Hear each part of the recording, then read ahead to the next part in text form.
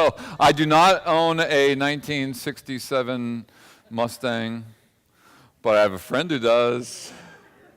Dave Catch was the friend and is the friend, and Dave goes to our 8 o'clock service, and I said, Dave, can I borrow the car? And he's like, what are you going to do?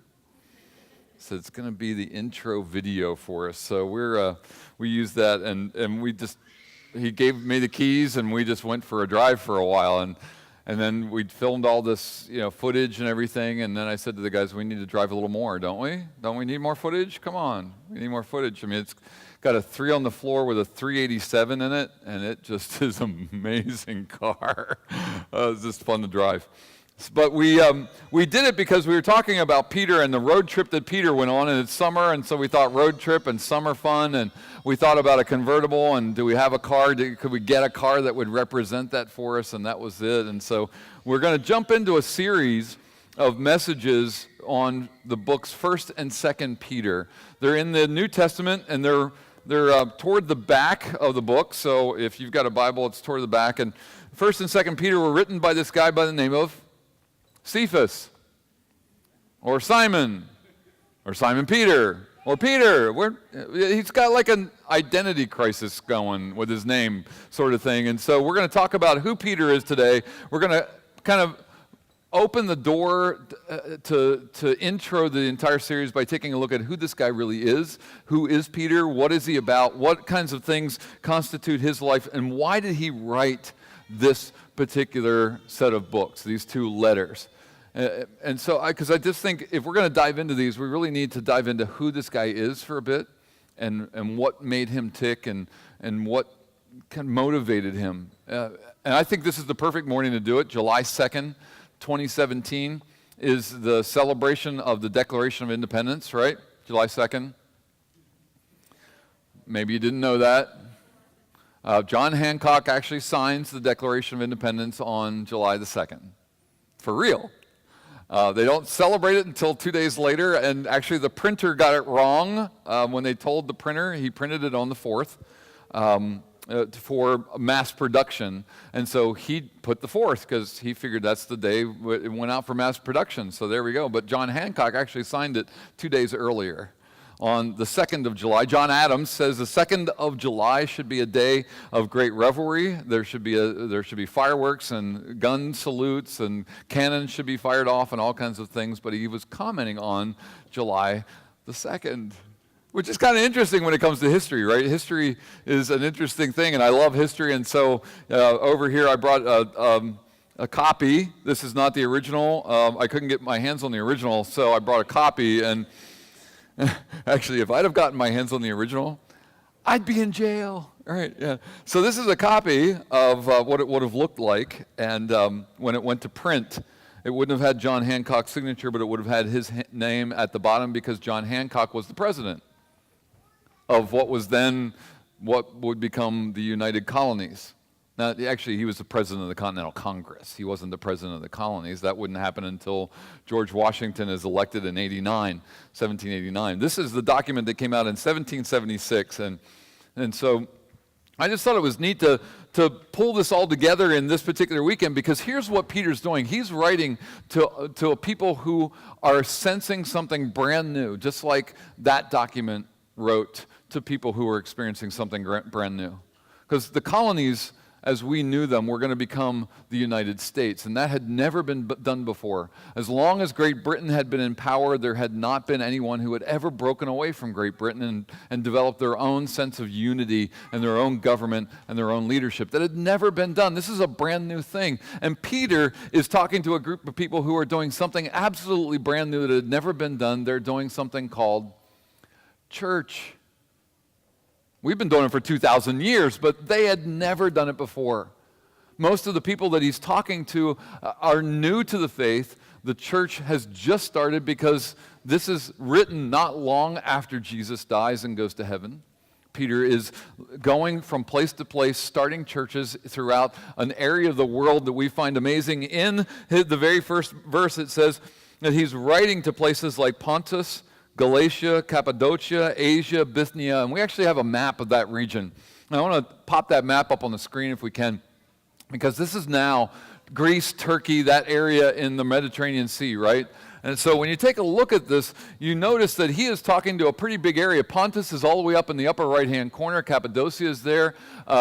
Bithynia is over toward the middle left. Phrygia is there in the middle. I mean, he is writing to not just one single group of people, which is fairly traditional, right?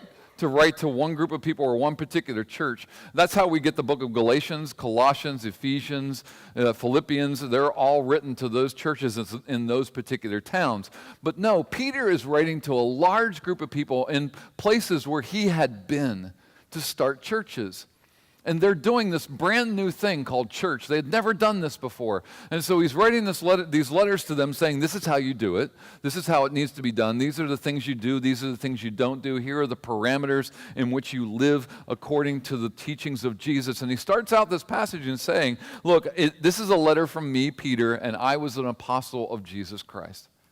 He states his credentials. In effect, what he's saying to these churches up there is, I can tell you these things because I was one of the guys who stood shoulder to shoulder when all through the 3-year ministry of Jesus Christ when he was living here on the earth. I was one of those guys. I'm that guy, right? That's me.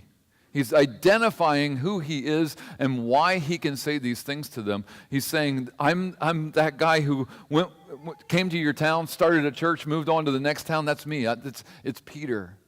And I wanted to make sure you know these things. Now, I want to do a little background on this guy, Peter, and let you know a little bit about him. These are all probably things you already know or may already know, or if you've never heard of Peter before, this is going to be brand new information for you. But these are things I think are important for us to establish. So Peter, let's just talk about who he is for a bit, because he grows up as Simon. That's his name. His original name, his birth name is Simon. He's Simon the son of Jonah. Jonah is a fisherman who lives up in the Galilean region of Palestine. And he's growing up with what we know is a brother, at least one brother. His brother's name is Andrew. We know that for a fact, because when Jesus comes along in the Galilean region and calls Peter to follow him, he calls Peter and Andrew both, and they're both brothers. It says that they're brothers, and they're both doing fishing for their dad. So the question is, what are they doing fishing? Okay, that's probably the family business, right? And what that means is they have stepped into the family business as probably young adults. They might be in their late teens, early 20s, somewhere in that range. And now they're working for dad. They're doing fishing every day for him. And that just increases dad's income, right? Because they're advancing this business practice of their dad. So that's what Peter does. Now, most likely he had gone through what would be a 6th grade education. It's a rabbinical education, which means it's a Jewish school that he's going to go to. The school's going to be in the area. He's going to go there every day. He and his brother Andrew, they're going to learn all about the Jewish law, all about the Jewish rules, all the way up until about what we would constitute about 6th grade, 12 years old. At that point, at the age of 12, one of two things would happen. You either would find a rabbi that you're going to follow, and rabbis would pick you, or you would pick them, and you would follow them. And so there was usually this personal relationship between you and the rabbi usually would have about 10 to 12 people who followed him at any given time. And once they graduated out, then the rabbi would turn and find 10 or 12 more. Now, Peter either is going to do one of two things: find a rabbi to follow, or he's going to go back home and jump into the family business. And what we know from Scripture is that Peter chooses the family business. We don't know if he chooses it on purpose. We don't know if he chooses it because no rabbi chose him. We don't know. But what happens is that Jesus comes along and says, Peter, follow me. Now, it wasn't uncommon, right? Rabbis told students to follow them. And if they made the choice, their life would be different forever. And they knew that. And so Peter does what? When Jesus calls him, Peter does what with the fishing nets? He drops them immediately, leaves his dad. Andrew follows along, and they both become disciples of Jesus. That's the Peter we're talking about. We know that he's Jewish. We know that he grows up in the Galilean region. We know he's a fisherman. And we also know that he is one squirrely mess. He is a wreck some days. He is so drastically human that he looks a lot like us. He does the same kind of stuff we do. He makes rash decisions. He is impetuous. He is crazy one minute and sane the next. He is all over the place when it comes to how he lived his life and the decisions he makes. The important thing to know about his name is that Simon literally means that by listening you can be blown in the wind like a blade of grass. That's what the name literally means, which makes a lot of sense when it comes to Simon, because Simon seems to be swayed by a lot of different situations and opinions, easily swayed. The neat thing about Simon is that he loses that name. Jesus eventually looks at Simon along with the rest of the disciples and says, "Who do you say that I am? Tell me who you think I am."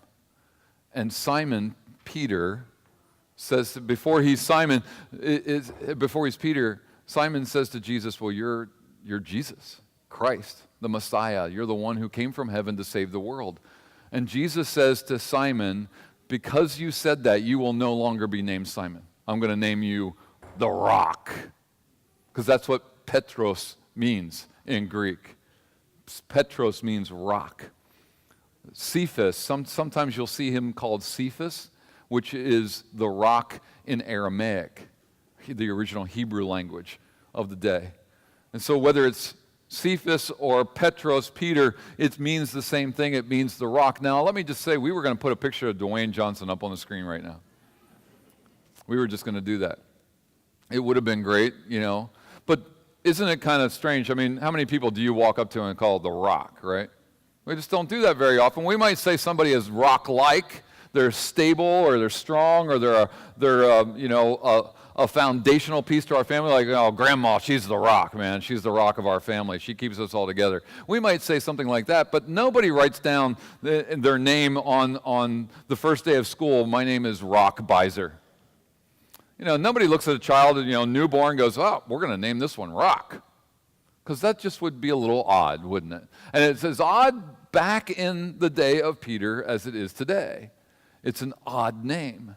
Nobody named their kid Cephas. Nobody named their kid Petros. It just wasn't the name you used. But it's the name Jesus gives to Peter to identify his faith and the stability in which the church is going to grow out of, on the claim that Jesus Christ is Lord and Savior, right? Now, that just says a lot about who Peter is to me.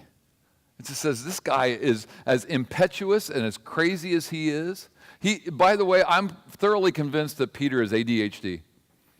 And that if Peter could have had one, he'd have had a spinner, right? You know what those are, right? I don't have to tell you what a spinner is, right? Peter would be sitting there listening to Jesus with a spinner. He's like, "Come on, Jesus, get to the point, come on. Squirrel!" All right? That would be Peter, right? He's ADHD. If on the Myers-Briggs inventory, I'm pretty sure he's an ENFP, which means he is out there crazy. He's making rash decisions based on his feelings. He's just going, every which way but loose. Let's go over there. No, let's go over there. Let's get in the boat, out of the boat. Which way is it going to be? I don't know. Let's do both. It's Peter, right? He's just crazy that way. He is making all of these impetuous decisions, but on that guy, on the proclamation that Jesus Christ is Lord and Savior, on that decision, he has a whole new life. From that moment on, he is now the Rock. And he is going to be the rock for the church. As a matter of fact, the Roman Catholic Church says that Peter is the guy who starts the church. And the Roman Catholic Church's claim is that Peter was the first pope. That he is the first leader, the first high priest for the Roman Catholic Church that's ever existed. Everyone from him on is living in succession to Peter. It all goes back to Peter. That's the claim Peter has in the world. As a matter of fact, you can go to some of the places that were on the map. You can go to some of those places, and there are churches there today that were started by Peter. They still are in existence to this very day. I just find that amazing. This guy who was such a squirrely mess becomes the Rock.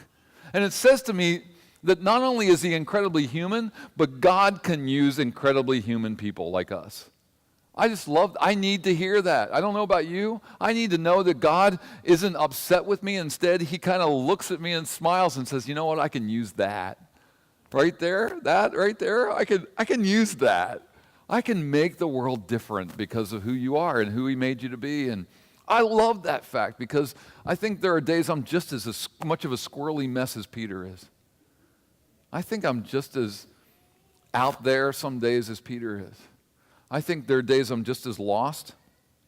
I think there are days when Jesus says, I need to wash your feet, and I'm like, no, you're not washing my feet. You're Jesus, man. I don't deserve you touching my feet. And Jesus says, look, he says to Peter, look, if I don't wash your feet, you're not a part of me. And so then Peter's like, well, then fine, wash all of me. Wash all of me. I'll just jump in completely if that's what it takes. And Jesus is like, calm down, Peter. Come back. Pull it in. I just need to wash your feet. Get your feet up here. Come on. I mean, I love Peter for that reason. So my Old Testament guy is Jonah, because Jonah and I have some really interesting things in common. God called Jonah, and Jonah ran the opposite direction. God called me, I ran the opposite direction. So I kind of get Jonah. Jonah's my Old Testament guy. Peter's my New Testament guy. I like the fact that Jesus chooses to use a guy that's an absolute, complete basket case some days. And yet Jesus looks at Peter throughout Peter's entire life and says to him, you're going to be the guy. And Peter says, okay, I'll be the guy, right? He gets his best Dwayne Johnson pose on. He's like, Jesus, they're going to arrest you. They're going to kill you. I'm going with you. And Jesus is like, no, you're not. Stop it. Peter's like, yeah, I am. I'll die with you, man. I'll just do it. I'm all in. I'm game. Whatever it takes. And Jesus is like, no, you're not. As a matter of fact, by tomorrow morning, you're going to have denied me 3 times. You're going to tell people you don't even know who I am. That's who you are, Peter. And on this, I'm going to build my church, because doubt is a part of life. Faith is a part of life. Being all over the place some days is just a part of life. And Peter, because of who you are, I'm going to change the world. And I'm going to use people like you to do it. And I just find that reassuring, because that's me. And I get it. I get it that that's who Peter is. And so as Peter starts giving his powerful word into the life of churches all over the place, he starts moving. He's on this road trip, right? And so he writes these letters back to the churches that he starts, giving them some guidance, giving them some instruction, and giving them some encouragement. So I want to read for you a couple more verses 2 through 9 of the first chapter of 1 Peter. But I want you to hear it through this lens, or hear it through this filter. Maybe that's a better word. The filter is this. Rome, the city of Rome, caught on fire, and over half of the city of Rome had burned to the ground prior to Peter writing this message, prior to him writing this letter back to the church. So half of Rome is gone. And Rome, the people of Rome, were blaming the emperor.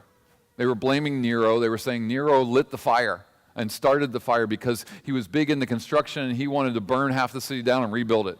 And so they were blaming Nero. And Nero's like, I got to skirt around the blame. I'm going to blame the Christians, because they're just whacked out enough that we can blame them. They're crazy people, those Christians. And so we're going to blame the Christians. And so what began to happen after Rome had burned is that there was a time of incredibly painful persecution on the church. And I mean persecution like you wouldn't imagine. Persecution that is absolutely horrendously horrible. I can't explain how difficult it is to the people who are living it, except to tell you a couple of the stories that are written down. So one of the stories is this, that they used to capture Christians.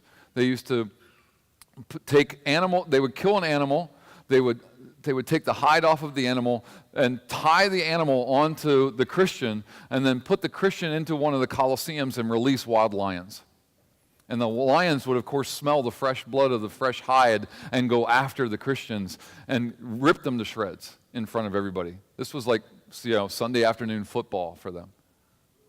But it gets worse. I mean, you're thinking, that's pretty bad, right? It gets worse.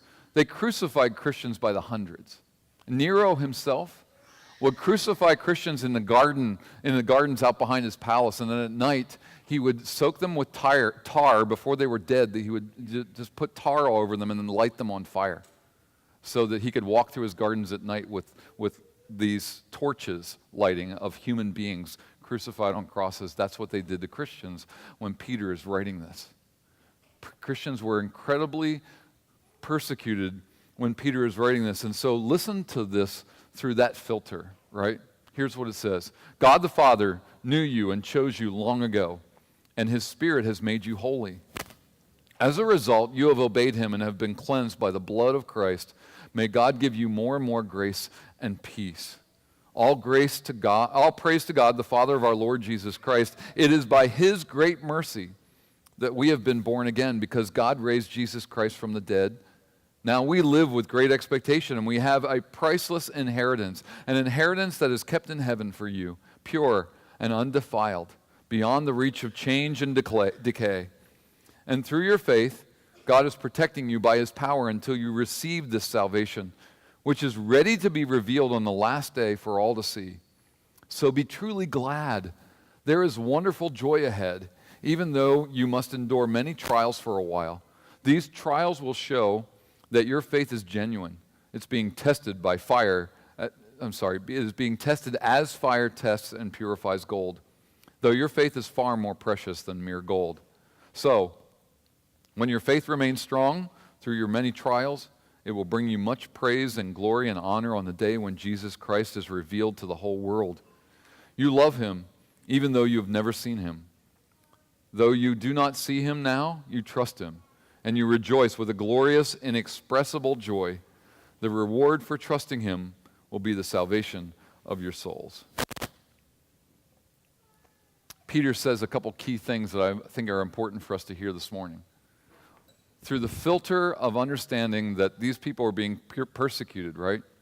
The first thing he tells them in verse 2 is he says that they are chosen. That God the Father knew you and chose you long ago, and his Spirit made you holy. In other words, look, I know you're going through trouble, but you're the chosen ones. Now that language had never been used for people outside of the Jewish faith before. I mean, we've heard that the Jews were the chosen people of God, right? We've always heard that. That's kind of the terminology that's been talked about when it comes to the Jews. And now Peter is saying, look, you're now part of the chosen people. You're one of the chosen ones. Look, this is not crazy what you're going through. You're going through this because you're one of the chosen ones. The trials and the troubles and the hardship that you're suffering right now is because you're chosen. And by being chosen, sometimes it means the world doesn't like you. The world actually hates you at times for being chosen, because you might think you're special, or the world might think, well, who are you to be chosen? And so if you got your teaching notes out, that's our first note today, that you are one of the chosen ones, that we are God's chosen people, that as believers, he says that we're chosen, that he picks us. And because he picks us, he also says that no matter what happens to you, no matter what takes place, no matter what trial you go through, no matter what difficulty you face at work or at home or in your health or whatever it might be, there is a perfect place waiting for us. That no matter how bad this world can get, because you're chosen, because God loves you, because of the faith that you have in him, I've got a place for you.